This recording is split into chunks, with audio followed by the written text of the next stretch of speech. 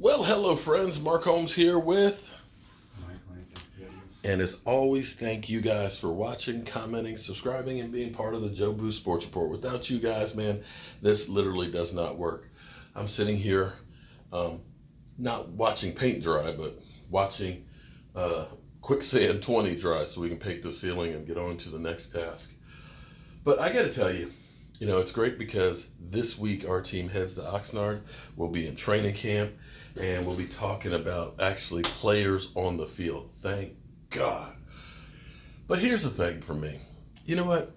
I am sick and tired of hearing about the Eagles are the greatest thing since sliced bread. Mike Tanner, I believe it is, on NFL, whatever, is talking about the Eagles are, the team to beat in the NFC East, that they're the best team, they've got Super Bowl experience and this, that, and the other. And you know what? I'm sitting there thinking, the Dallas Cowboys have owned the NFC East over the last 3 years. 13-5. 3-1 against Carson Wentz, Dak Prescott is. And we beat them twice last year. And it's funny because the Eagles will sit there and tell you that, we were injured, we had a lot of players out. Hold on. We weren't? We lost Zach Martin in that game after not having Travis Frederick all season.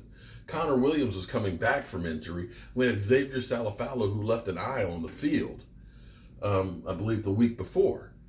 So this whole thing, the excuses that the Eagles are making are crazy. But anyway, be that as it may, we'll see what happens this season. But here's my thing. I always like to look back in history at things that have happened, because a lot of times things that have happened in the past will predict things that will happen in the future. And one of the things that's kind of interesting is when you see parallels in careers. I mean, the reason we talk about the sophomore slump is because it seems to happen in the second year of quarterbacks, right? A lot of quarterbacks, their second year struggle. Maybe Pat Mahomes isn't having the season that he had last year, that it may be the sophomore starting year for him, slump. But I'm sitting here listening to all these people. Mike Tanner is like, the Eagles got a Super Bowl roster. They've got great personnel and stuff. And they've got Carson Wentz, who has Super Bowl MVP buzz. Okay. You could say anybody has Super Bowl. I could say that, Michael Anthony's got Super Bowl buzz. And that's something I said. There's a buzz about Michael Anthony being MVP. Right or wrong. Doesn't mean it's going to happen. Because to me, it's a deja vu moment. I want you guys to think back. And the more I thought about this morning, the more it actually rings true. Because we've been here before. This almost exact identical thing just 3 years ago with Derek Carr. Derek Carr was having an incredible season in 2016. He had turned that team around. They looked like they were the team to beat going towards the playoffs. And then against the Colts, he broke his fibula. And that pretty much killed their season. Now, you could look at the Eagles and say the same thing could have happened in 2017, because at that point, Carson Wentz was a Super Bowl candidate. He was one of those guys that looked at and said he's on an MVP season. But what's interesting on both of those cases is that both of those teams were actually playing fourth-place schedules, which helps some. And I'm not taking away from the fact that they were winning, because winning the NFL, I don't care who you're playing against, is big. But he ended up breaking his leg, and he also, too, was the highest-paid quarterback in the NFL. And the following year, they said, oh, my God, because I believe he placed maybe third in MVP voting that year. Am I right on that, Mike? Or do you not remember? Derek Carr. I believe he finished third in 2016. And people said, man, he's a Super Bowl MVP. An NFL MVP candidate right there. And, yeah, as bad as Dak Prescott's year was, Dak had more touchdowns in 2017 than Derek Carr.